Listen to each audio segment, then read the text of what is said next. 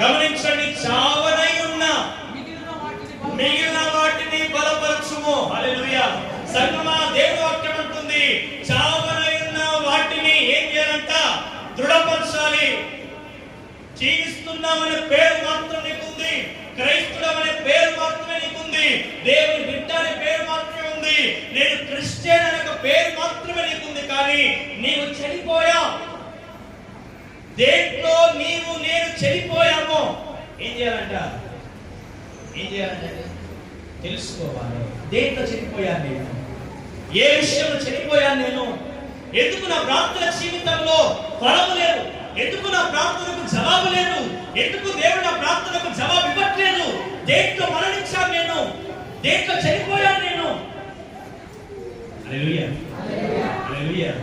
సంగమా, ఆత్మ చెప్పుచున్న మాట విను, బ్రతుకుతావు. నువ్వు బ్రతకాలంటే కడుపు నిండా ఆహారం కాదు, కంటి నిండా నిద్ర కాదు. దేవుని మాట ప్రకారం నడిచే బిడ్డవైతే, దేవుని మాట ప్రకారం నిలబడే బిడ్డవైతే, ఒకవేళ నీలో ఏ విషయాలైతే చనిపోయాయో, ఏ మంచి విషయాలైతే చనిపోయాయో, ఏవైతే నువ్వు దూరంగా ఉన్నావో, దేనికి దూరంగా ఉన్నావో, ఆత్మీయ విషయాలకు కూడా దూరంగా ఉన్న వ్యక్తివైతే, బలపడాలంటే ఆత్మీయ విషయాలకు దగ్గర అవ్వాలి. హల్లెలూయా, హల్లెలూయా.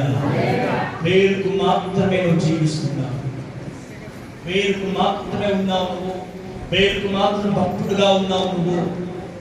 ఏ విషయాన్ని చంపేస్తున్నాయి?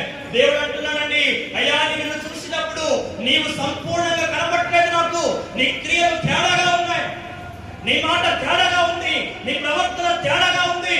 నా ముందేమో భక్తుడుగా ఉన్నావు, నా వెనకేమో భక్తుడుగా లేవు. ముందొకలాగా వెనుకొకలా ఉన్నా, ముందొక రీతి ఆరాధన, వెనుకొక రీతి మాట, ముందొకలా స్వభావం, వెనుకొక స్వభావం. నిజమైన వాడిగా నాకు కనపడలేదు. హల్లెలూయా. నీ క్రియలు నేను చూసినప్పుడు నీ క్రియలు సరిగ్గా లేవు. భర్త భార్య ముందు కరెక్ట్ గా ఉండాలి, భార్య భర్త ముందు కరెక్ట్ గా ఉండాలి, భర్త ఉన్నప్పుడు కరెక్ట్ గా ఉండాలి, లేనప్పుడు కరెక్ట్ గా ఉండాలి. ఈవెన్ భర్త కూడా తన భార్య దగ్గర కూడా ఎలా ఉండాలి? కరెక్ట్ గా ఉండాలి. నీ క్రియ కరెక్ట్ కనపడాలి, నీ ప్రవర్తన కరెక్ట్ గా ఉండాలి, నీ ఆలోచన కరెక్ట్ గా ఉండాలి.